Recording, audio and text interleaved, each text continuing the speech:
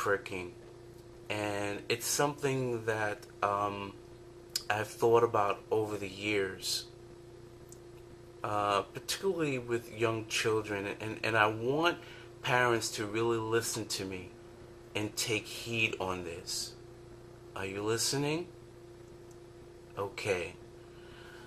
Um, when you take your child to the doctor or for yourself, I'm sure that many parents are aware that it seems that every doctor in the world wants to medicate your child. Everybody just feels the easiest way is to medicate your child and make up all these different stupid, illnesses, ADD, ADHD, and all this other kind of madness to medicate your child before your child ever has a chance to fully grow. Your child is already being exposed to all these medications. I want you to think about something. When you take your child to the doctor and they do a finger stick prick, don't allow that nurse to assume, or doctor to assume, that your child is pre-diabetic because of where their blood sugars are at that moment in time. Remember, it's a snapshot. Your blood sugar works like this. You start walking, you're doing things, and your muscles will send hormones to signal your liver to release glucose because we need it. Because the muscles need it. Once the sugars are at a certain level, your muscles and your cells starts using the glucose, it goes back down. And the process starts over again. Your muscles and your cells start signaling your liver to make more glucose because it's low, or the brain signals the liver to make more glucose. Your sugar then rises. The reason why this is so important is because no doctor has ever asked me whether I had breakfast the morning before I went to the doctor. No one has ever asked me whether I had a flu or if I'm taking any other medications that could contribute to the slightly higher blood sugar. It may not be any of those things at all. It may be that you decided to get some exercise, to walk to the doctor's office.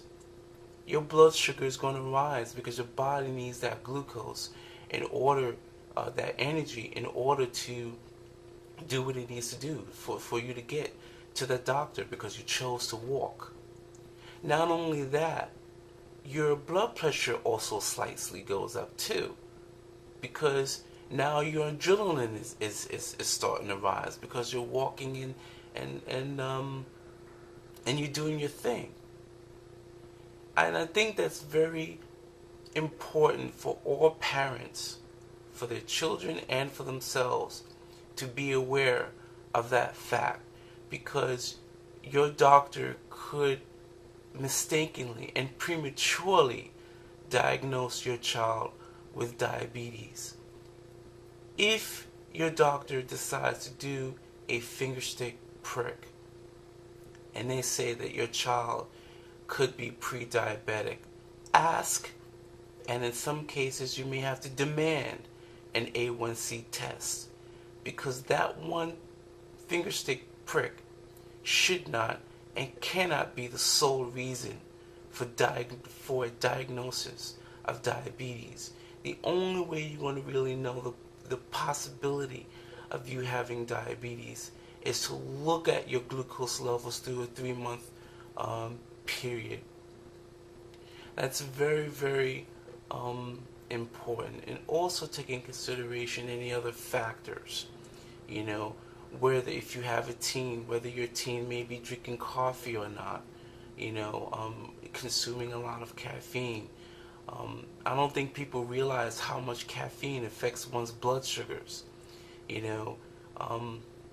It's possible, but that they may not be diabetic at all. But at the same time, if you have a family history of diabetes, you don't want to take that chance either. You want to make sure that you get that A1C test done. And you know what? If your insurance will pay for it, test for antibodies too. Because there's so many type 1s and people with LADA who wind up hospitalized because doctors mistaken them as type 2. It's not a fun thing. Thank God I've never been hospitalized for high blood sugars like that. But then again, I always suspected that I had diabetes for years, so I always had a watch on it. It wasn't like I was just living my life, unaware and just doing my things, and all of a sudden I wind up in the ICU unit. And that's mostly how it happened. If it wasn't for the fact that I know that diabetes run in my family, I wouldn't have had that awareness. I just didn't have the smarts that I did back then. That's unfortunate that I did wind up with, temporarily being blind, but, that's unfortunate. The good thing about it is that experience has taught me so much, and I can sit here and create a video for you of my experience to help teach and warn others about diabetes. This is not a game, guys. Take care of yourself. It's not a game. I just want to make one last point before I go. I want to reiterate that our blood sugars fluctuate constantly from minute to minute. And this is truly important to understand.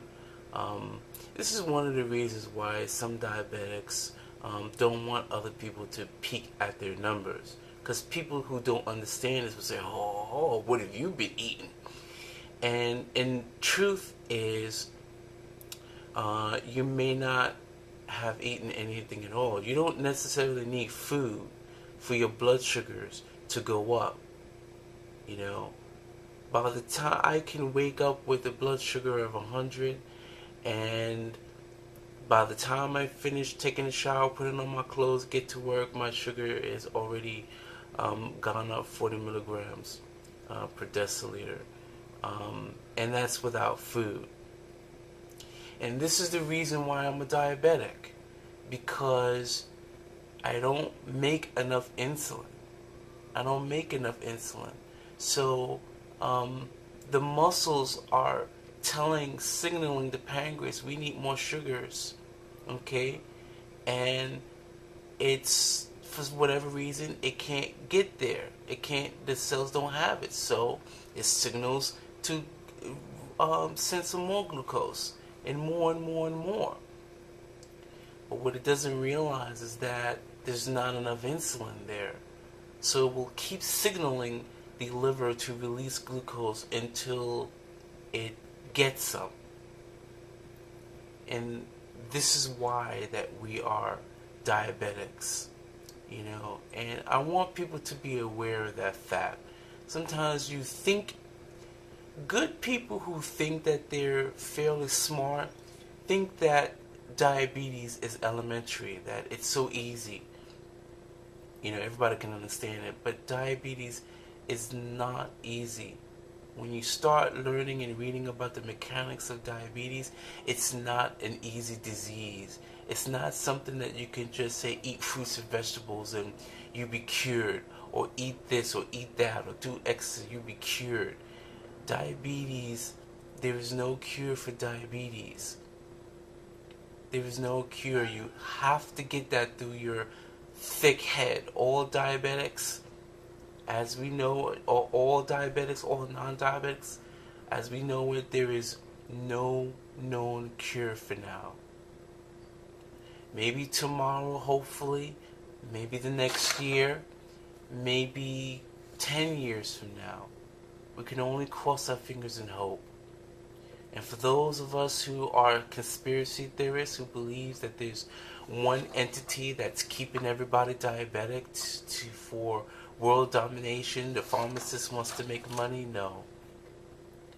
The body is so complex and so sensitive. You can't just magically make a pill and diabetes goes away. As it is, many type 2 diabetics who are taking on these medications are really having some massive side effects from some of these medications. So as much as you really would like, we all would really like to see a cure, it's not happening anytime too soon. But yet at the same time, I am very grateful that I have diabetes, because if I didn't have diabetes, I wouldn't have had a greater respect for my body. I wouldn't have had a greater understanding of how my body works. So there is a good side to diabetes, and I learned a lot about myself, and I learned a lot about my body. And I really hope that this video has helped you out, and I look forward to creating some more videos. Bye bye now.